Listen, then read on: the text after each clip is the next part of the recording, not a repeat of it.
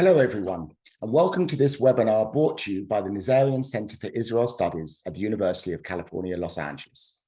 I'm Dov Waxman, the director of the Nazarian Center and the Rosalind and Arthur Gilbert Foundation Chair of Israel Studies at UCLA. Before I introduce our speaker today, I'd just like to thank the co-sponsors of this event, the Alan D. Levy Center for Jewish Studies at UCLA and the Department of History at UCLA. And now it's my great pleasure to introduce our guest speaker today, Dr. Geoffrey Levin. He's an assistant professor of Middle Eastern and Jewish Studies at Emory University in Atlanta and the director of undergraduate engagement at Emory's Tam Institute for Jewish Studies. Prior to joining Emory's faculty, Dr. Levin was a postdoctoral fellow at Harvard University's Center for Jewish Studies. He holds a PhD in Hebrew and Judaic Studies and History from New York University, and he studied international relations at Michigan State University, the University of Haifa, and Johns Hopkins University. Dr. Levin is a recipient of the Association for Israel Studies Kimmerling Prize, which is awarded for the best paper presented by a graduate student at the annual Association for Israel Studies meeting. Our Palestine question, Israel and American Jewish Dissent, 1948 to 1978, which was published by Yale University Press in November of 2023, is his first book. I strongly recommend it, and I'm delighted that Dr. Levin will be joining us to talk about his book. During his presentation, I want to encourage you all to send us your questions for him, which I will pose to him after his presentation. We'll have plenty of time for Q&A, so please send us your questions using the Q&A box. And now, without any further ado, let me turn over to Dr. Levin. Great. Thank you so much, Dov, Engage, and all the co-sponsors. I'm so excited to be here to talk about the book. And of course, especially during this challenging time where all the Israelis and Palestinians affected by captivity and displacement and mourning and everything that's going on are certainly on our minds. But the history, including the history of the people who tried to prevent these types of tragedies is quite connected to all of this. So with that, I'd like to start. Our Palestine question is a historical book.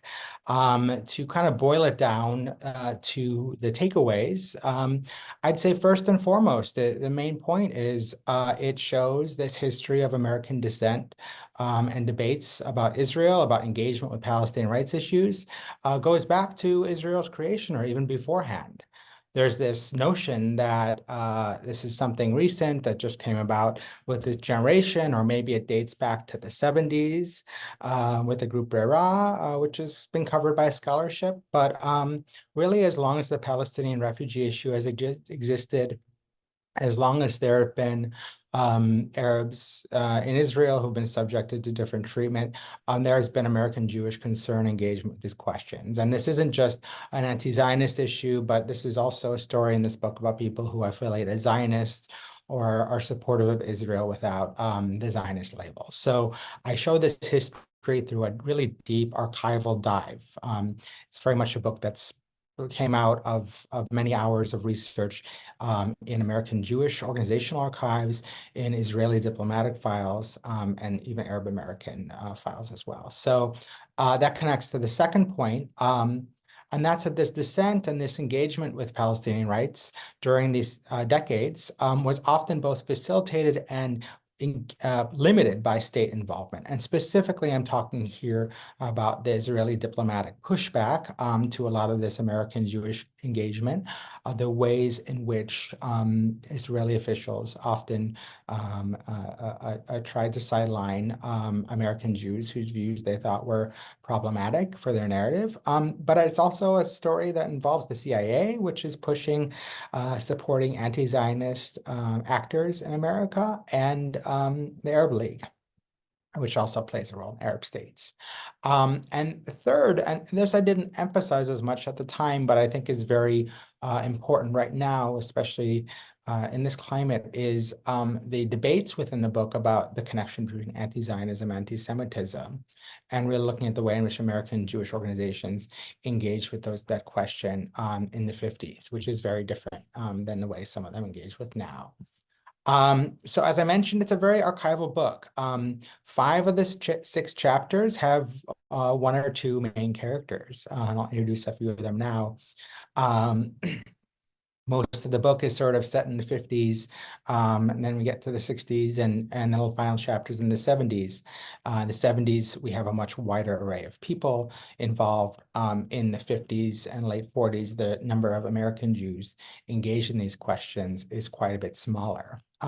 So the kind of closest thing I have to a main character in the book is this picture in the top corner, Don Peretz, who's, I'll talk about more in a moment, American Jew of partially of Sephardic Jerusalemite ancestry, who becomes the scholar most engaged in America with the Palestinian refugee issue in the 50s and works for the American Jewish Committee. Chapter 1, Zionism's Wayward Son, is about him.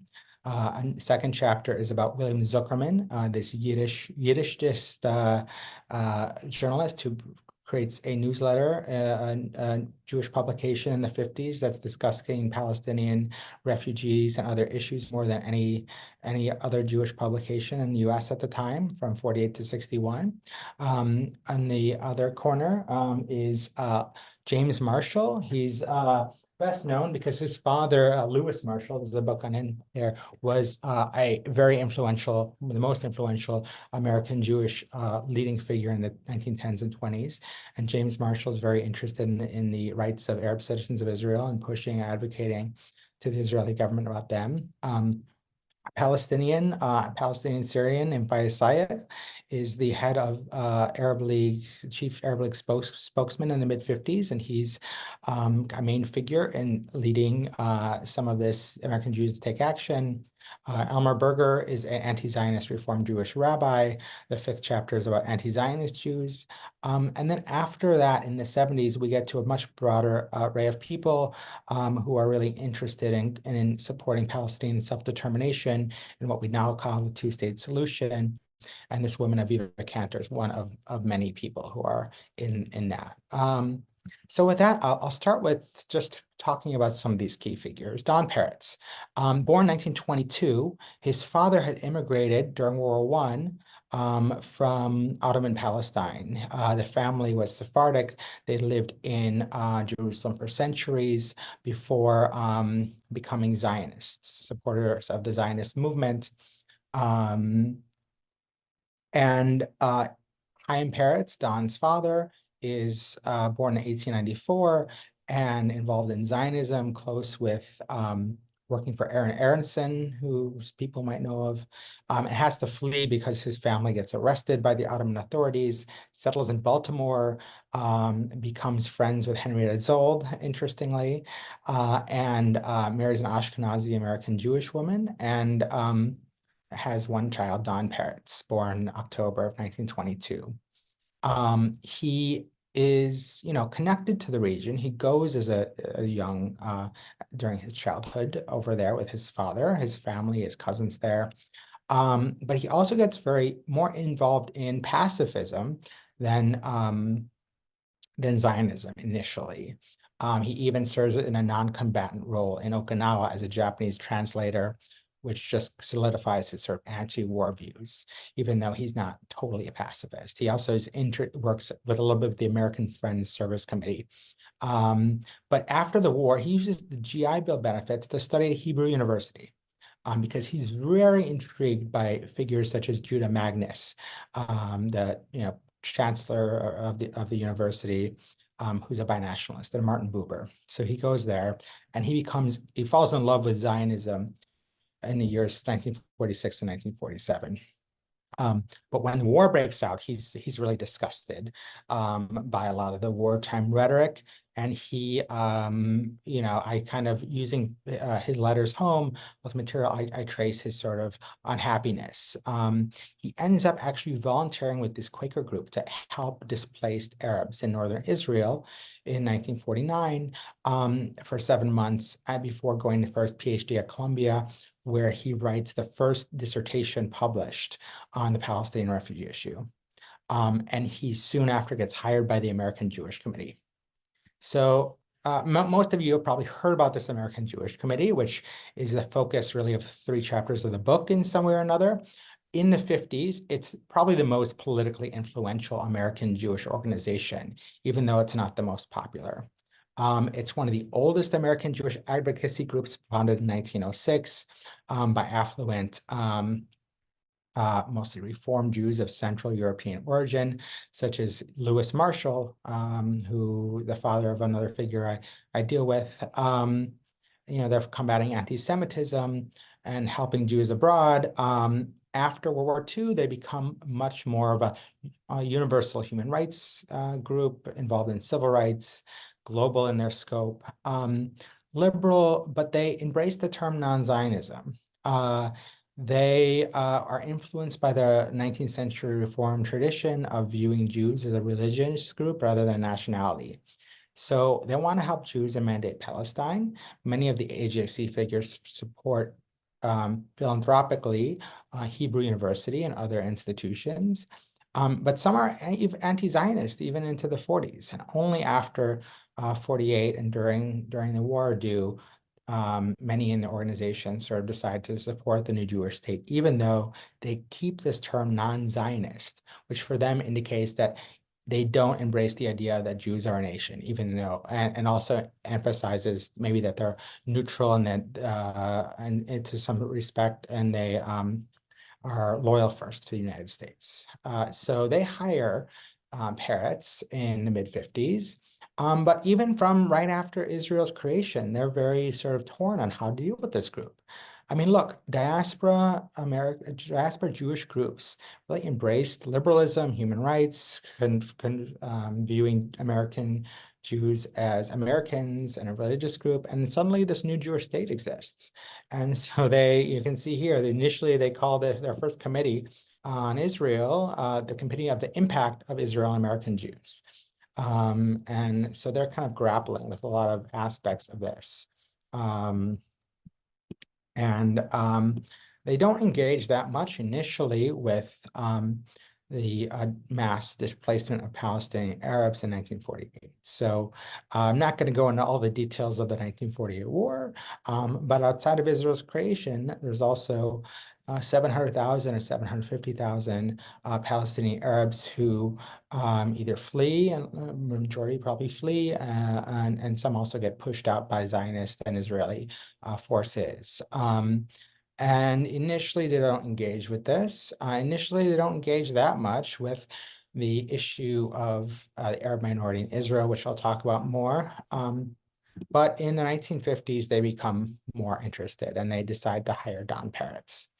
And the reason is because they see Christian groups are becoming much more interested in it.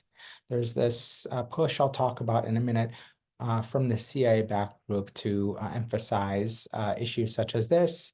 There's Arab diplomats who are talking a lot more about the Arab refugee issue.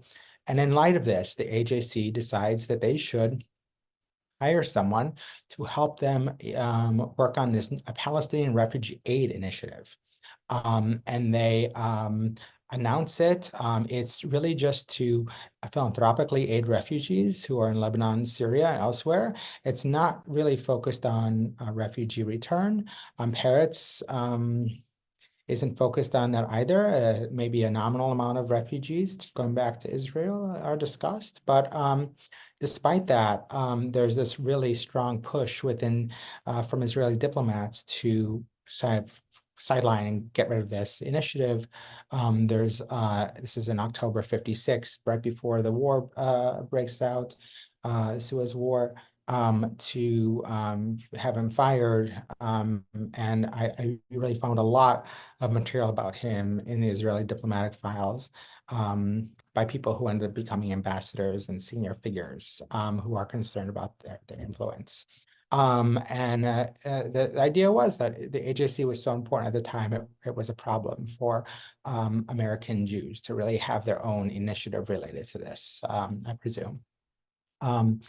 As the next year goes around, 1957, the plight and status of Arabs in Israel becomes a much bigger focus because there was a massacre at the start of Arab citizens of Israel at the start of the 1956 war because of related to a curfew by Israeli border troops. And so there's focus on that, and the Arab American Jewish Committee feels compelled to get involved. So they go and they find that reports that most Arab citizens of Israel are living under what's called military government.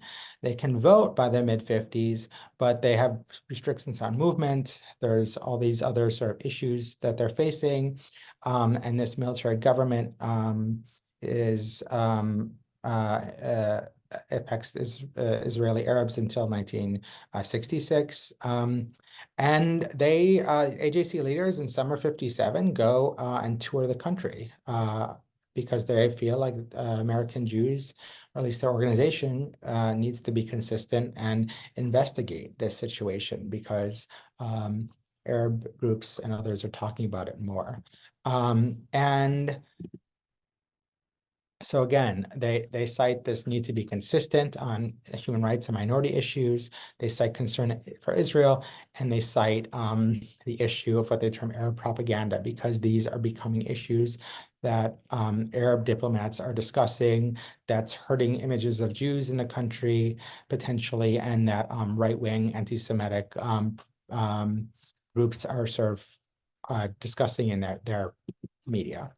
So the AJC during this period is really focused on addressing these issues at their source. So they actually meet with Ben-Gurion and push him to try and change Israel's policies toward its Arab minority. And so I don't see anyone who's really written about this issue before. It's kind of what got me into researching this topic. And you have this fascinating conversation with Ben-Gurion about that in summer 57 with the leaders of the American Jewish Committee.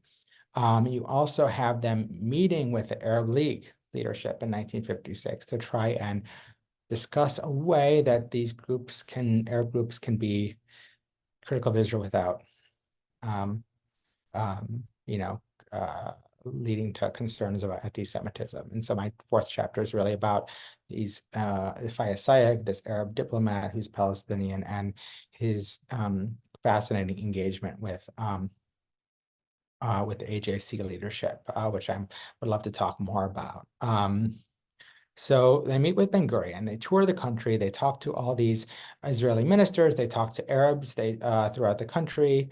And again, they bring up specific issues. They bring up Israel changing its entire approach. This is a transcript of an exchange between Ben-Gurion and the AJC president, Irving Engel, who is not sure because he's a non-Zionist what right he has to accuse Israel. But it's Ben-Gurion who's actually claiming that as a Jew, the AJC leadership has a right to sort of question his policies. So I'm happy to talk more about that exchange, which is first sort of covered in my research. The AJC figure who becomes very involved in this is James Marshall, the son of the former AJC president, Louis Marshall, who later becomes vice president of the AJC himself.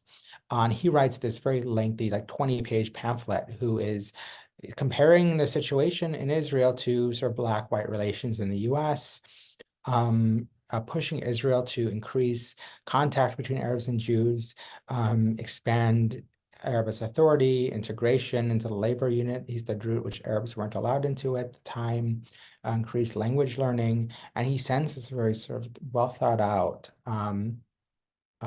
book list of recommendations to the to Israeli leaders, and sort of here it is. Decides he doesn't want it published, but really goes into all the time he'd spent in Israel over the course of decades, and all of his conversations, and he kind of just gets blown off ultimately after months go by. So there's not, despite this concerted push in 57-58, there's not really any change in Israeli policy. Meanwhile, Don Peretz has been kind of sidelined from different issues, but he's coming out with this new book, Israel and the Palestine Arabs. This is really the first serious scholarly study of the Palestinian refugee issue. And he is asked to send it to Israeli diplomats. So he sends it to a diplomat, the head of the Israel's information office, named Yaakov Morris. If that name Morris is familiar, it's because his son wrote a much more widely known book about the Palestinian refugee issue. his son's Benny Morris. And Yaakov Morris basically says to Peretz, this book is not fair. You shouldn't be writing, this type of thing about Israel and the Palestinian refugees. And there's a push again to have him kicked out of the AJC, and it essentially succeeds. So chapters, kind of pieces of chapters 1 and 3, I also talk about this figure who Peretz becomes involved with later, named William Zuckerman, this longtime Yiddish, Russian-born, Chicago-raised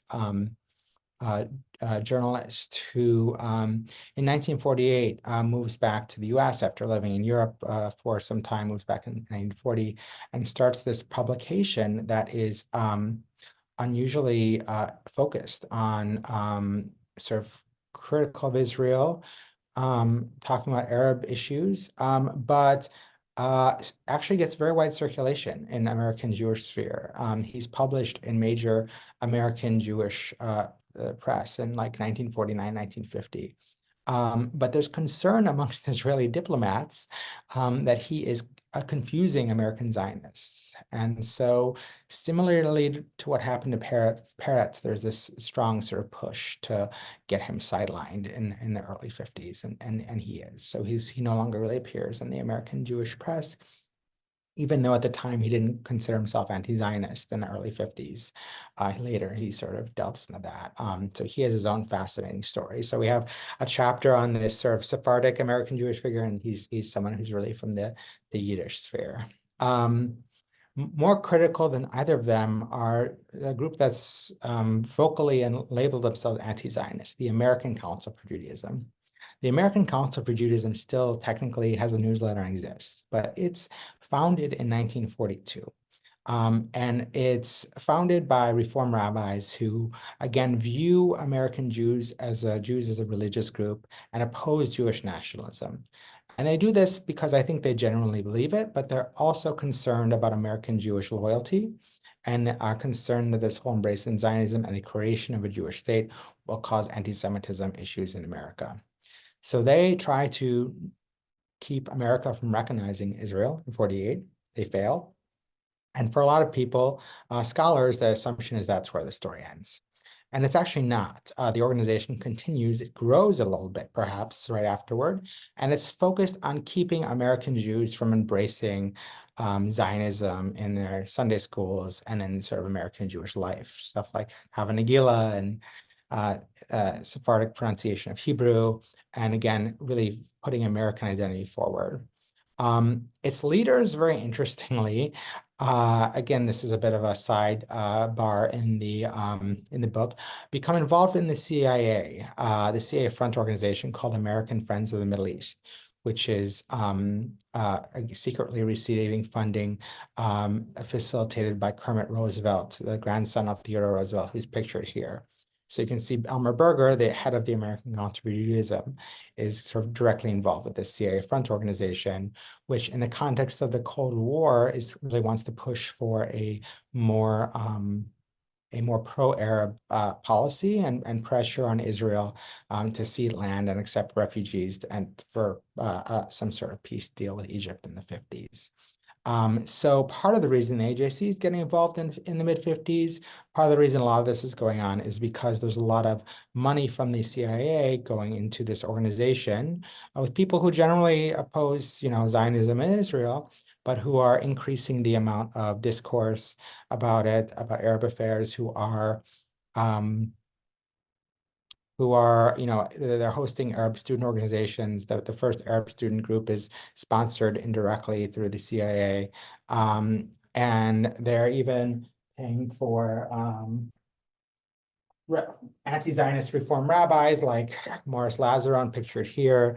You can see published by AFME, to go to the Middle East and publish books that are critical of Israeli policy and pressing for refugees to return. I opened my book with this reform rabbi who it goes to the Shatila refugee camp and is pressing for refugee return. So my 5th chapter is really dealing a lot with this. These figures, these anti-Zionist reform Jews, their entanglement with the CIA, Israel, and Arab states. So again, these are some publications that come out critical of Israel in the mid-50s with CIA funds. But the most important state actors, or other important state actors in this history, are both Israeli and Arab. So this anti-Zionist group sort of schisms, has a divide in the 50s and 60s between those like the executive director, Elmer Berger, who makes friends with Arabs such as Fayyad and starts really focusing on advocating for Palestinian rights issues. Here he is pictured in Berger boarding a plane in the Jerusalem's airport in the West Bank, which no longer exists, because he's being flown around there and meeting with Arabs. And so there's his faction of this anti-Zionist Jews who are embracing the Palestinian rights issues, which they hadn't before. But there's also others who are being, within the same organization, who are being wooed by Israeli officials, such as Teddy Kollek, such as Abe Harman, who become mayor and ambassador respectively. And these Israeli officials, feel like they can divide the council between those who they consider radicals like Berger and those who might be amenable to supporting Israel in some way. So even Ben-Gurion meets for days, many hours, with the council chairman of this anti-Zionist organization in 1957, and who ultimately sort of remains anti-Zionist, by which I mean opposes Israel's claims about Jewish nationality, but really becomes doesn't really focus on criticizing Israeli policy. And ultimately, after the 1967 war, this sort of more Israel-friendly faction pushes out the radical faction in Elmer Berger. So that's sort of that story. So a lot of this book is in the 50s, and these vibrant, sort of complicated, quiet debates are happening, and that's the main focus of the book. But a lot of these organizations are changing their tune in the late 50s, and especially after 67. And I think a lot of that's because American Jews are putting Israel more central in their culture, and also because non-Jews in the United States are beginning to view Israel more favorably. This is because of cultural things such as the blockbuster book and film Exodus that comes out in 1958 as a book and 60 as a film, which really Americanizes the American Jewish story. Because of foreign policy, because America ends up really aligning more with Israel as the 50s turn into the 60s than they had in the mid and early 50s. And so a lot of the impediments, a lot of the concerns about the non-Jews, a lot of the concerns about dual loyalty, because of both foreign policy and complex cultural and sociological shifts, are no longer an issue. So after 1956, a lot of these non-anti-Zionist voices are sort of minimized or disappear. And that you see that in the American Jewish Committee, which called itself non-Zionist. You look at their material from 48 to 67, and it often says they're non-Zionist, and that just stops after 67 when the excitement and drama of the Six-Day War really shift American Jewish politics further. So Six-Day War, again, is very important for American Jews, but even more so for Palestinians, those living in the West Bank and Gaza, who are suddenly under Israeli control. And 67 also leads to this strong push within the strong push within the American left that are called the New Left, Black Power movement and else, to embrace the Palestinian cause like they never had before. So here's an example of a summer 1967 Black Power movement publication, SNCC newsletter, that is using some really problematic anti-Semitic imagery or material. If you look at some of these things, that is causing a lot of, again, on one hand, embracing the Palestinian rights issue, but also doing it in a way that's not at all sensitive and creates lots of debates that sort of relate to what we see now in the past 57 years. So you have the first divide on the left that's significant over this. And American Jews who are on the left, who are consider themselves radical in this kind of late 60s, early 70s way, need to make a decision. And in my book, I talk about two women who are sociologically very similar, born in the early 1940s, Jewish women from the New York area, spent time in Israel, who consider themselves radical Jews. But some of them respond to these things and say, look, the left has abandoned us. We're going to find, but we say you can be a Zionist and a radical. And so Aviva Cantor-Zuckoff on the left is one who forms this Jewish liberation group, Jewish Liberation Journal, and one of a number of organizations, little groups throughout the country that say you can be a radical and a Zionist and sort of really embrace Zionism in that way. While there's others like this woman not pictured here, named Sharon Rose, who gets involved with Merip, a sort of very pro-Palestine organization. There's plenty of Jews who really leave or run away from Zionism, become anti-Zionist, and on the left. So those are two I profile. Again, neither of them are exemplary of American Jews at large, but represent some early engagement with Palestinian rights that comes right after 67. And, Aviva Cantor here supports the idea of Jewish, Palestinian self-determination, but in the context of it being something for Israel. More well known than either of those is the first national American Jewish organization that comes to support the two-state solution called B'rera. And this emerges right around Israel's 1973 Yom Kippur War, which to many showed that Israel can't hold on to these territories forever without a peace deal. And so it emerges to deal with a lot of different issues in American Jewish life. But one issue is, talking about Israel differently and ultimately embracing Palestinian self-determination. So I look at this organization, what's been studied before, but I look at it sort of in zooming in on some of its key figures, as well as internationalizing the story. I look at its founders, staff, and most active members, and I see that, while this has often been written as a story of American Jewish, left-wing politics, I think you really need to write in the Israeli side of the story. A lot of these key figures spent time in Israel, where they met people on the Israeli left, and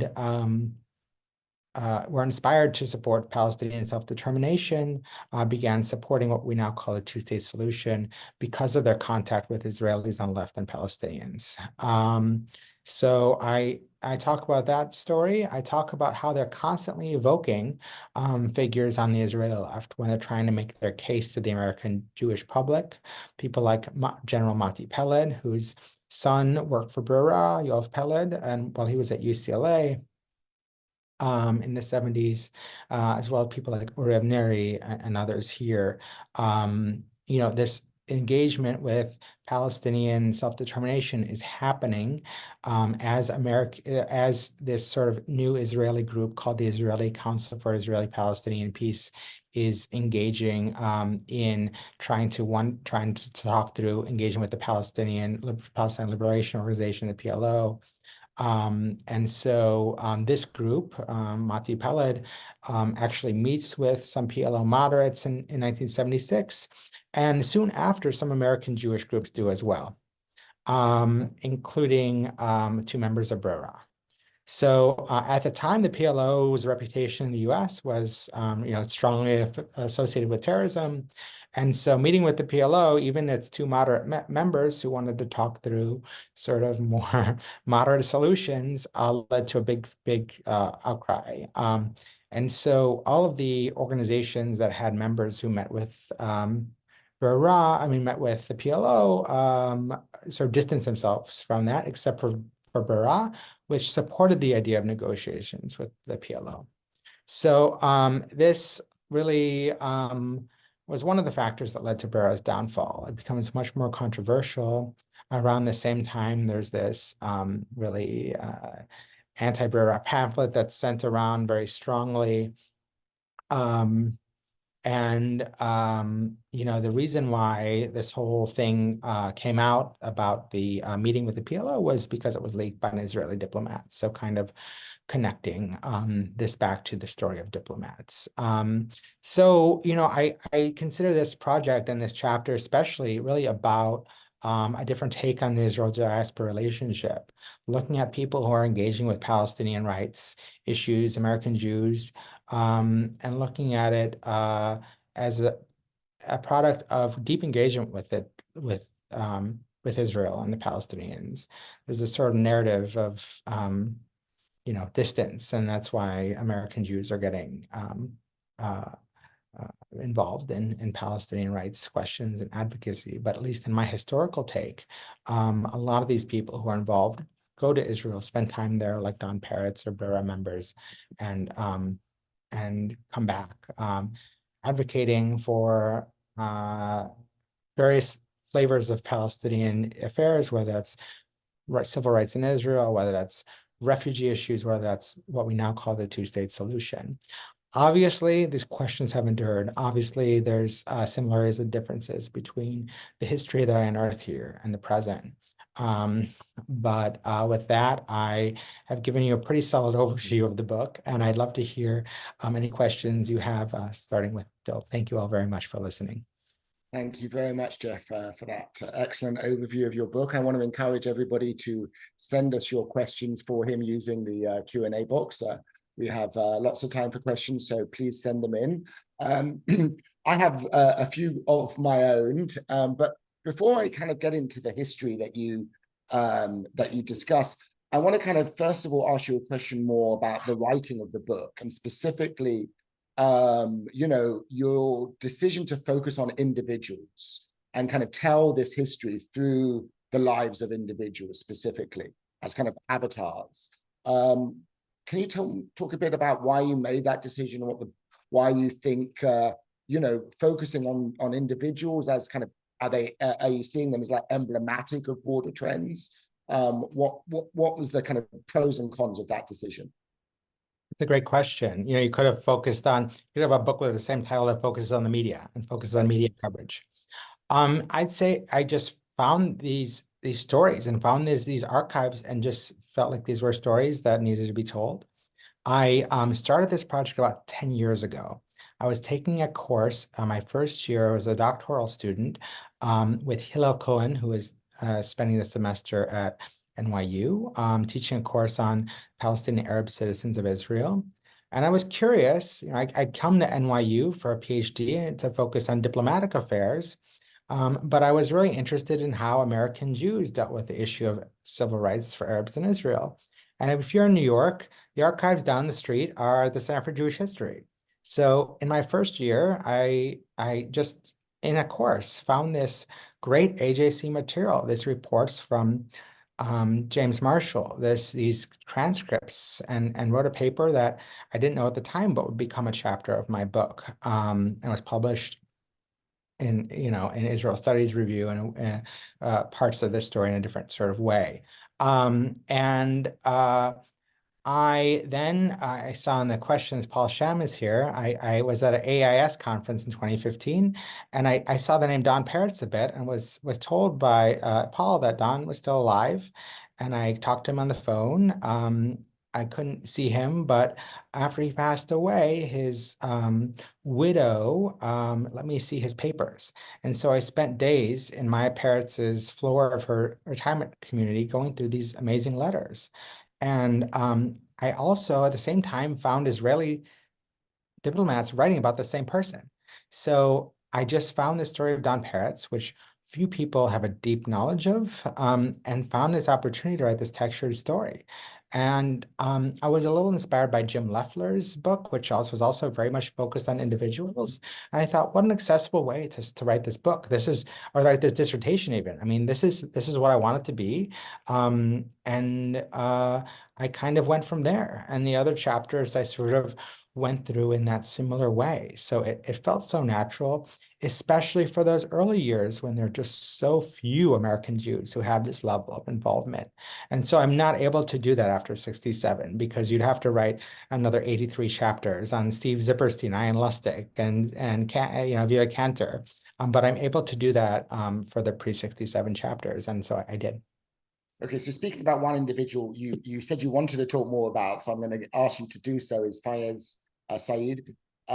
Could you say a little bit about him? I mean, he, really comes across as a very interesting character with, somebody I think probably most American Jews have never heard of, but actually has an important role in the story that you're narrating. Someone who a lot of Palestinians and scholars of Palestinian studies don't know about, but he's essentially like the most publicly engaged Palestinian in America before Edward Said. And he was the person who kind of put forward the notion of Zionism as settler colonialism. Yeah. He's this like amazingly, I'm going to work on an article on him because he's this amazingly under-researched figure. And part of that, I think, is because his archives are in Utah, where his wife was from. Anyway, he's born in Syria to a Syrian father who's Presbyterian and a Palestinian mother. He grows up in Tiberias. So his identification goes back and forth, but later in life, he's very strongly identifies as a Palestinian, ultimately. He's educated at American University of Beirut, and he's getting a PhD at Georgetown in 47, 48, when his family's displaced, including his brother Yusuf, who's married to Rosemary, who people have heard of, Rosemary Sayegh, Anis Sayegh. This is an intellectual family with people, Yazid Sayegh, that's just his uncle, even though the name's spelled differently. And so he's in America. He's very bright. He'd been involved in a right-wing political group in Lebanon briefly. And he writes the first sort of booklet, I won't call it a book, but from a Palestinian perspective on the Palestinian refugee issue in the US, like maybe 50 pages. And he gets really elevated by this, first by this sort of pro-Arab Christian circle that includes this sort of CA-ish group. I don't think he knows anything about the CA involvement, but they give him money to publish his first book. He thanks them on the first page acknowledgement. So he's elevated first by these groups. And then when the Arab League wants to open an office, he's already done this speaking circuit. He's respected. He's incredibly articulate. He has a PhD. He got a PhD in like 2 or 3 years from Georgetown. And the Arab League Secretary General asked him to draw plans for an Arab Information Office, which is Arab Information Center. The Arab League's basically spokesman, and he draws it up, and he's made deputy director because he's in his 30s, and there's some old, is Egyptian diplomat who gets the boss chair, but no one knows that the boss never goes on TV. The boss gets sick, he becomes acting director, and he's on, with Mike Wallace, he's on radio nationally. He is making the Arab cause, not only talking about Palestinians, he's an Arab national, involved in the Arab cause more broadly. And he's going on these incredible speaking tours throughout the country, like 7 states in 15 days or something. And it's just really, there's no one else like him. The ADL accuses his office of advancing anti-Semitism and dual loyalty accusations.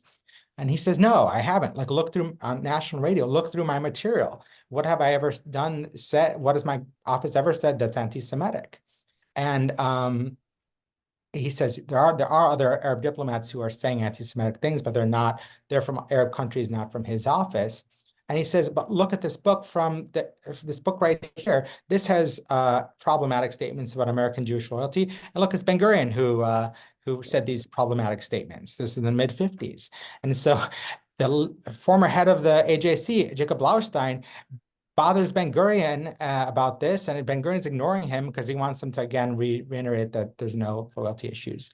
But I believe because of Peretz, the AJC leadership meets with Sayegh. Their sort of key figures say that he's not anti-Semitic. They're looking for it, saying he's anti-Zionist. And they meet with him, and it's this sort of amazing moment where, the AJC goes in a Zionist direction, and he becomes much more radical, I guess we'd say. In the 60s, he is the first one who really publicly, in 65, the Zionism is colonialism argument is advancing that. He is the person who in the 70s is behind the Zionism is racism UN He's the thing. director of the PLO's information office. Spiel Research Center in 65, works for Kuwait, and he's the one who's debating Moynihan. And almost nothing is sort of known, at least in English, really about him, and especially not this period of his life in the 50s that I deal with, because he has these different stages of his career. So the American Jewish community is like, well, he's not anti-Semitic, but a lot of the grassroots, regular Jews, are feeling like it's not good for Jews, like it's making them uncomfortable, like ultimately this is a problem, and even if he's not actually saying anything. So ultimately the AJC kind of comes around to this slowly, and so in this very nuanced way, kind of internal documents saying, okay, well, because these American Jewish organizations are focused on American Jews in a way, and ultimately they bring up defending Israel becomes part of their mission. It's not, before Israel exists, it's not part of the ADL or AJC's mission to defend Israel. Now, Israel is a central part of the AJC. When did that happen? And this is sort of that story in the context of that. You don't see arguments sort of that this anti-Zionism inherently anti-Semitic. You see the ADL saying that this anti-Zionism is going to be used by the anti-Semites, and this kind of changes in the 70s. But I sort of feel very lucky that I was able to spend this time in Utah looking through all these papers, because this aspect of his being the major person in America in the 50s is just not studied at all. He ends up losing his job because of Arab politics, because he's critical of corruption and nepotism.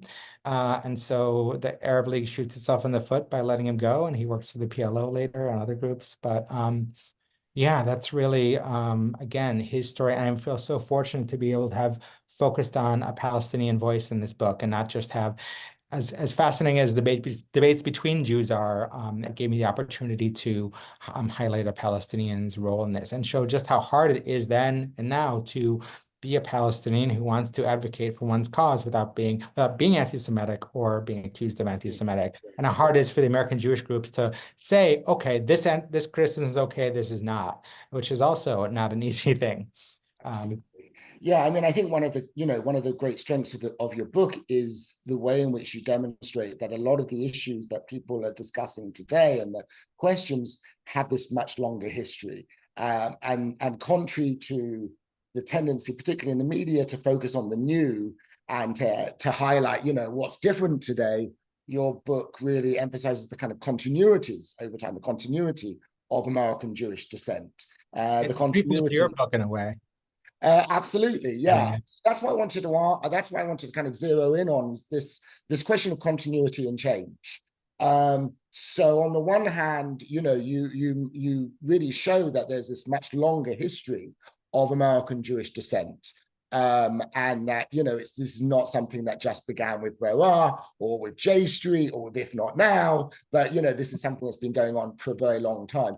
At the same time, you make the point that basically this dissent has been pretty much dismissed and ignored by Israeli policymakers. Like it's really had no impact, on how Israeli policymaking, and the tendency has been to kind of deride this criticism and dissent as like misguided and naive at best.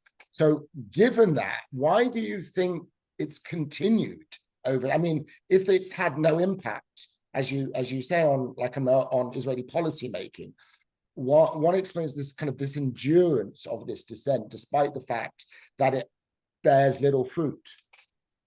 Well, people don't sort of look back on, this history just hasn't been told yet. At best, they've read your book and they know what Berat, but most people haven't read anyone's book. So, right. But even if they did, that wouldn't probably change things. It's remarkable how the rhetorics are so similar. Some American Jews often trying to say, I'm doing this for Israel, or having a deep sense of American, but getting critiqued just the same. It's being pro-Fatah, pro-Hamas, pro-Nasser, and divided loyalties, and just it's in some senses the debates are it's remarkable, the wordings that you could see from 1956 and later. I mean, especially in the 50s, when the political context in the US and the Cold War is so different than today. But these voices are so much less common. So, I'd look at parrots as like many people have similar sort of trajectories through Zionism to becoming engaged with Palestinian rights issues. You look at leaders of a lot of American lefty Jewish organizations, and they spent lots of time over there, Sometimes the people that critic them haven't, actually. Sometimes they have, sometimes they're from. Um, but I think there's an urge, dynamics end up the same because the broad things are that American Jews, for a very long time, being a minority is very central to what they are. Being the only Jew who doesn't celebrate Christmas in their classroom in third grade, being involved in liberal politics. Part of this is what the messages of Reform Judaism, of being a college-educated American, as well as the way in which American Jews have interpreted the Jewish past, the record of displacement and so forth. And you could take from that history a sort of right-wing Zionist perspective, or, only Jews can rely on Jews. Jewish state is essential for particular reasons. Or you can say universalists, this applies to everyone. This is why we need to support refugees, whether they're Syrian or Palestinian, or this is why we have to support civil rights. But you see early on, all these groups, diaspora, non-Orthodox, are pretty liberal in orientation. So when there's exposure to the realities over there, whether that's about Palestinian refugees or what's happened in the West Bank, or the military government, they're shocked, they're surprised when it's not, it doesn't fit the same idea of what it means to be Jewish. I mean, most people, Jews, I think, try and embrace both as universal and particularist messages. But especially at a time when times when more non-Jews and others are engaging with these issues, there's sort of a sense of urgency. So I think there are dynamics that are both internal to these people and their politics and their relationships with Judaism that leads to some surprise with Israeli realities. But you can't forget, and I try not to do this in the book, that people are engaging because Christians are engaging, because the Arab Americans are engaging. And now today, I mean, why is someone engaged in pro-Palestine Jew and engaged in pro-Palestine stuff now? There's political reasons, identity related things, but there's also context where other people are, if no one else, So I try and weigh all that there.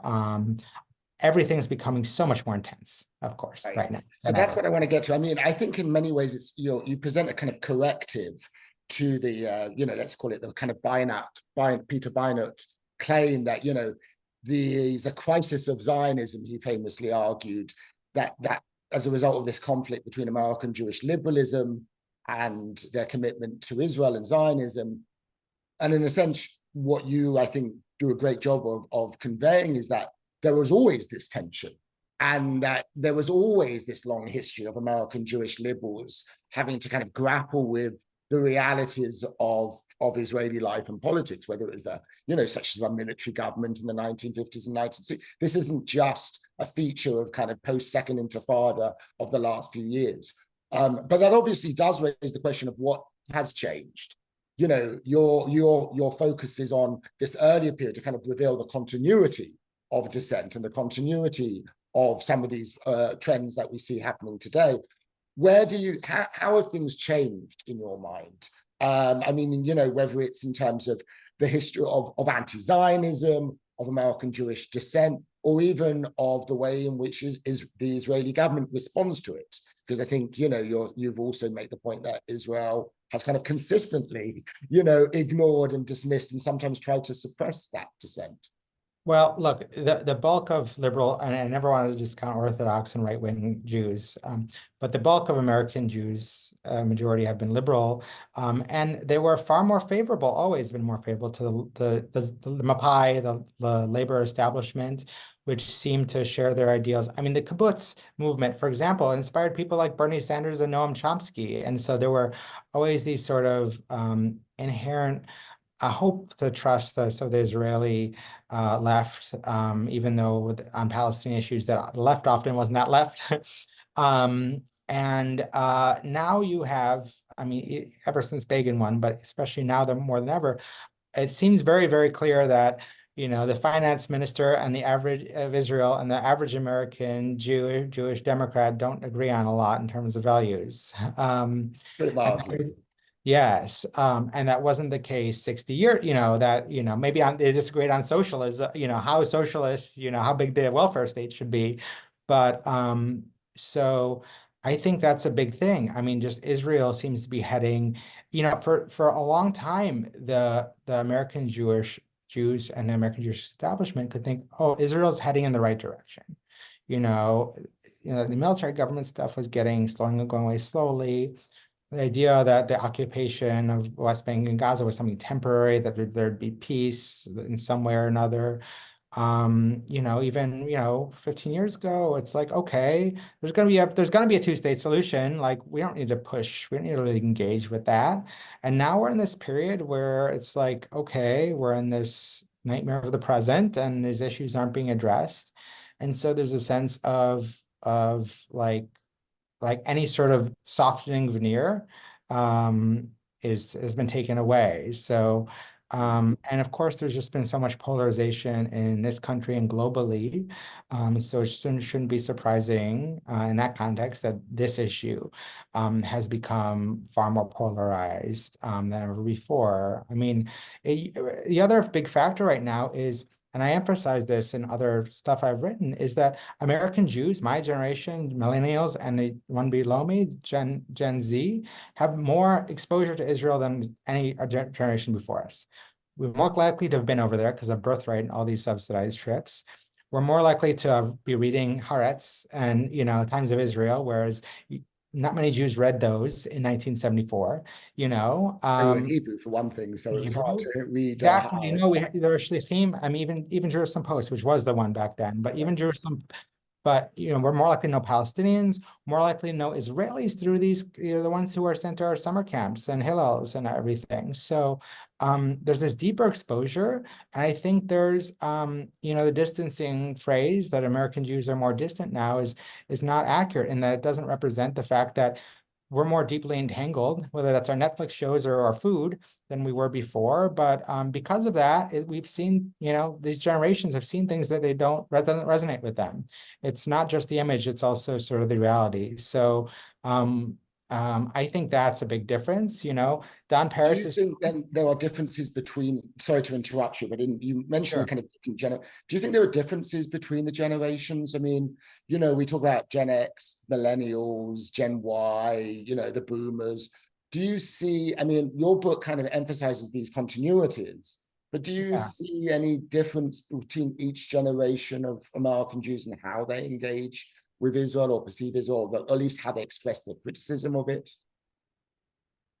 Similarities or difference? I mean, I don't know. You see a lot of enthusiasm about Zionism Israel throughout these people. Some of the same people who are enthusiastic have more complicated views. I mean, I think you might have more people who are involved, more an anti-Zionist perspective, that haven't had a positive exposure, whereas a lot of the people in my book had positive exposure, and then things became more complicated.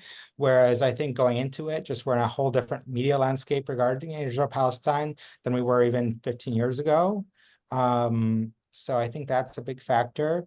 I mean, there's so much to unpack with that question and these generational divides. But I do think there's an intensity now when we can see images so quickly, when we can hear unvarnished comments from the Israeli far right that have positions of authority, that I mean, if a lot of people don't remember, a lot of young Americans don't remember a time before Netanyahu, my students. Our students don't Right. remember, college students don't remember anything before him. So, So I want to bring in one question from Raf Mimoun, who was asking about, anti-Zionist Jews and how they were portrayed in the American Jewish community in the time period that you're writing about, compared to today, where there's this tendency, at least by major American Jewish organizations like the ADL, to depict anti-Zionist Jews as traitors, as basic, self-hating Jews. Is that a shift in terms of the perception of anti-Zionist Jews from now and the way they're being portrayed versus today? the great question. There are actually a lot of similarities. I'd say there's not a lot of the left thing is something of the past 60 years, but anti-Zionist in the 40s were Jews were more likely. I mean, there's some who are Orthodox, which is this whole other thing. But a lot of them were Reform who were viewed as being overly assimilated, that were afraid of anti-Semitism, and were sort of pathologized in that way. I mean, Elmer Berger was extreme. People who labeled themselves anti-Zionist were quite unpopular and were a minority. I don't really want to ever portray the people I'm discussing here as representative. But there wasn't this idea that, they're radical until after 67. It's more of like they're too stuffy, embarrassed of their Jewishness. And even at a time when the AJC had leaders, American Jews had leaders who were anti-Zionist, that was sort of viewed by the majority of American Jews who had, more recent Eastern European background, the Yiddish press is viewing, these people are afraid of their Jewishness. So the kind of mobilization I'm talking about in my book that's most interesting is not the ones that's about anti-Zionism, because Zionists and a lot of American Jews never really liked a lot of anti-Zionists, but it's those who are more nuanced, people like Zuckerman and Peretz, who are not anti-Zionist, but are engaging with these and trying to do it in the name of Jews, and are facing pushback. So yeah, that's what I would So say. we have a question from Paul Sham, who, in our audience, who asked about Don Peretz, and you said, he fell in love with Zionism. So Paul was asking, when did he stop thinking of himself as a Zionist? When did that, or did he stop thinking? What was that? When did that shift take place? I don't know. I found these letters from this 20-something-year-old to his parents, where he basically is sounding extremely in love with Zionism. And this is a few years, and he's a Magnus supporter, when you could be a supporter of binationalism and Zionism because the state didn't exist. Yeah. Right. So, he didn't identify as a Zionist for a very large chunk of his life, I would think. But I don't have any sort of public thing where he said he was a Zionist, but I know, it's like I think this question is always hard. If you ask an average American Jew, are you a Zionist? Some will say yes, but a lot will just say, I've never been asked that before. So, right. So we actually have a question that asked from Robin Kupner about this definition of Zionism and whether it's changed. So she wanted to know how you define it, but how has this definition changed over time? From the ways in which American Jews thought about what Zionism meant in the 1950s to how they think about Zionism today. Right. Yeah, in terms of how it's been defined and changed over time, I mean, I think during this period in the 40s, 50s in America, being a Zionist meant like you were a card-carrying part of one Zionist group, and you really believed in Jewish nationalism, and the Jews are a nation. Whereas it became something, and that's what Israelis thought. That's what Ben Gurion thought. Like, if you're a Zionist, it was an ideological attack, belief system. Like, move over there. That's, right. And so non-Zionism meant not that, which, it's not intellectually hefty non-Zionism. But now it's kind of used the same as pro-Israel, which is kind of, weakens what is that's like saying if you support Social Security, you're a socialist, this was a rich ideological movement that's been, kind of the word's been made into something that's supporting the existence of a, state or not. So, and that's how it's used now. So in a way, I'm not really the one to define the addiction or anything. But in terms of me, I think any definition of Zionism needs to include its impact on Ashkenazi Jews, Mizrahi Jews, and Arabs and Palestinians. But it's clearly, Ben-Gurion, a lot of Israelis still think that if you're a real Zionist Jew, they'll be polite and they won't say it. But if you're a real Zionist Jew, what are you doing in America? And so there's something to that. I think definitely then when it was more evident to Israelis leaders, but also to today. Yeah, nowadays most Israelis have learned not to say that directly to their Oh, American but Jew. The yeah, late author A.B. Yehoshua used to yeah, often say that and annoy and upset Jews in the diaspora for kind of pointing out that perspective. yeah. So we've had a couple of questions that have come in about the CIA, which I'm not surprised you mentioned the CIA's involvement. So the questions are, can you talk a little bit more about that? Why was it anti-Zionist? I mean, and what did you find about their involvement in this period, and in terms of whether it was American Jewish dissent or more broadly in groups that were critical of Israel? Yeah, I put this on the second page, and someone said, "Oh, it's a red herring. It just gets attention." But the truth is, it's one of the two main groups that are getting anti-Zionist out there, which is leading these groups to engage. So you wouldn't have my story without the CIA, because American Jews wouldn't have to respond to this uptick in discourse. So Kermit Roosevelt is, again, grandson of Theodore Roosevelt, and he's involved in what becomes the CIA. And a lot of people from these sort of, especially these elite circles, Christian circles who are involved in the oil industry, involved in Protestant missionary things, they think Zionism is bad for American foreign policy interests in what becomes the Cold War. And so they have a group called the Committee for Peace and Justice in the Holy Land, and they're lobbying Truman in 47, 48, and they lose. And then they regroup and have another group with another name, and that group fizzles out. And they realize they need money and they need a celebrity. So they get this journalist, Dorothy Thompson, who's a big deal, the second most respected woman in America after Eleanor Roosevelt. And she had been a pro-Zionist, but becomes very anti-Zionist. They get her involved. And Kermit Roosevelt, who's head of like the CIA's Middle East desk, gets the CIA funding. And so it's one of a number of groups that get that it's founded in 50, 51, 52, in the Truman years, interestingly. When Alan Dulles is still involved, he becomes director under Eisenhower. And it's not clear to me what it's in doing at the very beginning, but it comes about around the same time as the Nasserist, the free officers revolt in Egypt of 52. And a lot of these people thought, now look at Nasser. He's a perfect partner for America. Like, he's young, he's got energy, he wants to modernize. He should help us in the Cold War. And they say, look, the only problem with this is Israel. And they say, we need to push Israel. America, so this is especially in the early Eisenhower, we need to push Israel, to make concessions to Egypt and give a land bridge to Jordan and give them, some refugees, Palestinian refugees back and whatever. And so there's Operation Alpha as this secret initiative in 55, 56. And historian Hugh Wilford, who's based near you guys in California, wrote this book on American Friends of the Middle East, where he basically outlines this.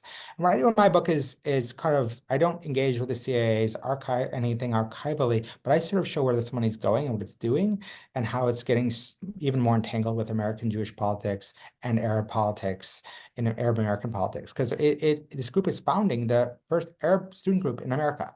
This group Which is is amazing if considering the uproar and the outcry over pro-Palestinian student groups today. Well, I show in my article I wrote 5 years ago in Arab Studies Journal that CIA founds it, but after 67, they're radical anti-America, so the FBI is monitoring them within a 20-year period. So, so a lot of this has to do with American foreign policy, which is always, I came in with this training. I went to SAIS like you, a lot of what American Jews are reacting to is about American foreign policy and, Suez crisis and what are American interests. Like, Eisenhower presses Israel to get out of the, what's American Jewish position when they're American Jews and we might see it again, but Israel and America are at such intense odds. So this ultimately, American foreign policy gives up on Nasser, Eisenhower, and Kennedy, and Nasser becomes in the Soviet orbit. He's the one. He didn't accept, the types of concessions and the deals they wanted. And in '67, unrelated to the war, it comes out that a number of groups had been secretly funded, and so by that time they're not as provocative.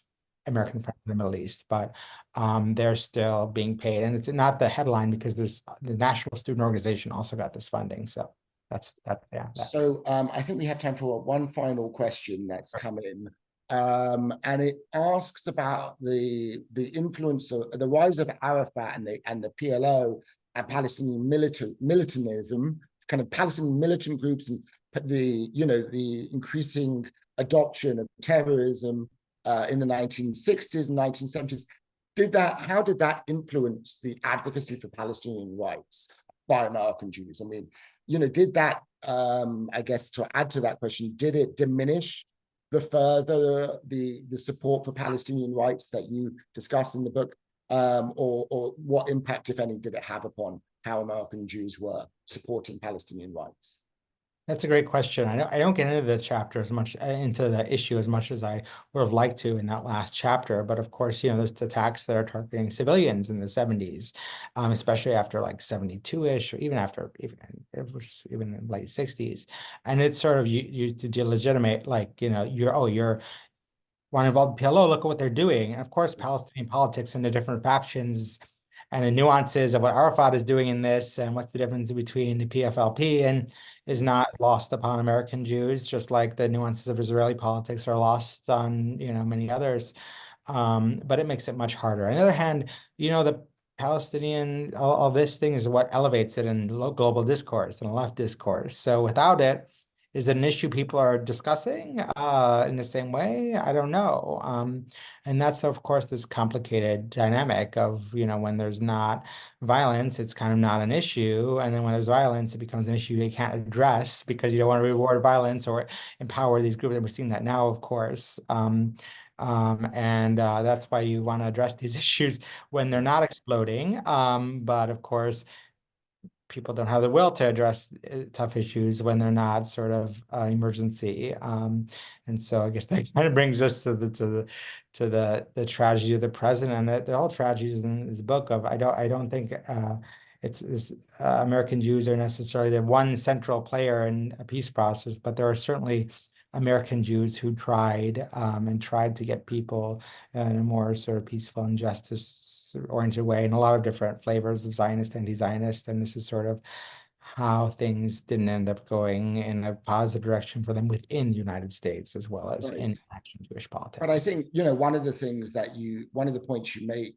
very strongly, and I, as a point I made in my book on the American Jewish relationship with Israel as well, is that, the criticism and the dissent is an expression of attachment, not necessarily of Zionism, but it's not, Jews who are alienated from their Jewish identities or disconnected from Israel. It was it's many ways a feature of their engagement with Israel and of their connection to Israel. And that will continue because as long as American Jews remain connected to Israel, they're also going to express their criticisms of its government's policies and actions. Oh, definitely. I mean, kind of end this and I mean, it's now people who are critical are going to be, especially after this war, a chunk of American Jews that if you leave them out, then there's just fewer Jews. So one of the questions of anyone who believes in Jewish peoplehood or community has to grapple with is if you have 10, 20, 30% of people who have extremely sort of negative views toward, at the very least, Israeli policy, or if not anything bigger, or if not Zionism at all, do you cut them out? You could cut them out when they're 2%. Can you cut them out when they're 20%? And that's one of the big questions for anyone who considers themselves to be a Jewish communal leader coming forward. Absolutely. Well, I think we'll leave the audience with that question and for them to contemplate that. I want to thank you, Jeff. That was a marvelous presentation of your book. I want to encourage all of our audience if you to go out and get the book. I think it really does a fantastic job of providing the kind of history to the present that we often lack. I mean, you look at the debates today and they have the sense of this is just something that's just happening. And I think this book really, refutes that idea and shows that there's much longer history, and the questions and issues that American Jews and others are grappling with today aren't new questions, that they actually have been questions on the agenda for a long time. So I want to thank you again for sharing your insights and your expertise and scholarship with us. I want to thank all the audience members for joining us. This was a webinar from the Nazarian Center for Israel Studies at UCLA. There will be more to come in the future, so hope to see you again soon. Thank you and goodbye. Thank you. Thank you all.